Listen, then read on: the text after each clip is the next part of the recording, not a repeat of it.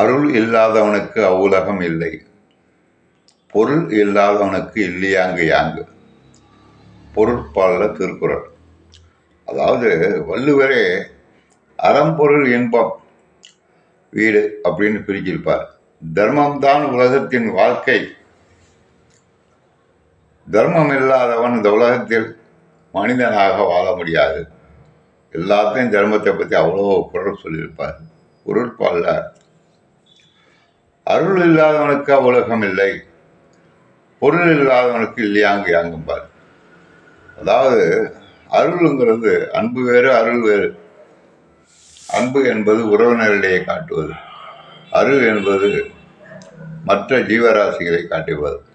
அந்த மாதிரி ஒரு நீ வாழ்ந்துட்டியா, உனக்கு வீடு பெயர் கிடைக்கும், கடவுளை அடைவாய், முக்தி கிடைக்கும் எல்லாம் சொல்லுவார் அறத்துப்பாலில். பொருட்பாலில் பொருள் இல்லையா, செல்வம் இல்லையா, உன்னை ஒரு நாய் கூட மதிக்காதா.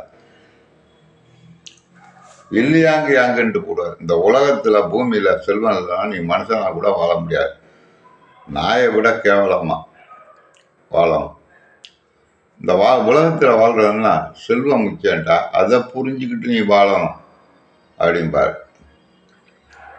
அறத்துப்பாலில் முக்கியமான விஷயம் என்னையா வள்ளுவர் இப்படி சொல்கிறாரு. இந்த அறத்துப்பால் முழுவதும் 440 குறள் முழுசாக படிச்சிங்கன்னா ஒரு மனுஷன் பொருள் சொக்கணுங்கிற எண்ணமே வராது. பொருட்பால் அப்படியே தூக்கி உடைப்பார். பொருள் சம்பாதிக்கணும்னா ஒரு அரசாங்கிறவன் அடுத்த நாட்டை போய் சண்டை போட்டு பிடிச்சி கொண்டு வரலாம் பாரு. தன் நாட்டு மக்களை, தன் இனத்தை காப்பாற்றுவதற்கு பொருள் சேர்க்கலாம் பாரு. இதுக்கு என்னன்னா சார்பு அறம் என்று பெயர். அதாவது அறம் என்பது நேர்மையோடு வாழ்வது. உன் குல மக்களை, உன் குல இனத்தவரை வாழ வைக்க வேண்டும் என்றால் நீ மற்ற நாடுகளோடு சண்டை போட்டு மற்ற நாட்டையும் பிடித்து கொண்டு தன் இன மக்களை வாழ வைப்பதுதான் ஒரு அரசனின் கடமை. அப்படி வாழ்ந்தாலும் தப்பு இல்லடா அப்படின்னு சொல்லுவார். அப்படி வாழ்றதுன்னா அந்த பொருள் இல்லைன்னு வச்சுங்க. உலகத்தில் ஒரு குடும்பத்திலே செல்வம் இல்லாத மனுஷனை மதிக்க மாட்டாங்க, இந்த உலகமே மதிக்காது.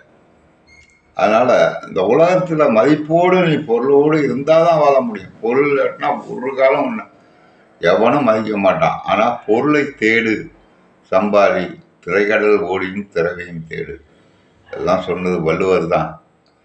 சார்பரம் என்று பெயர் இதற்கு. அறம் சார்பரம். அறம் என்றால் பொருளை தேடுவதற்கான வழி.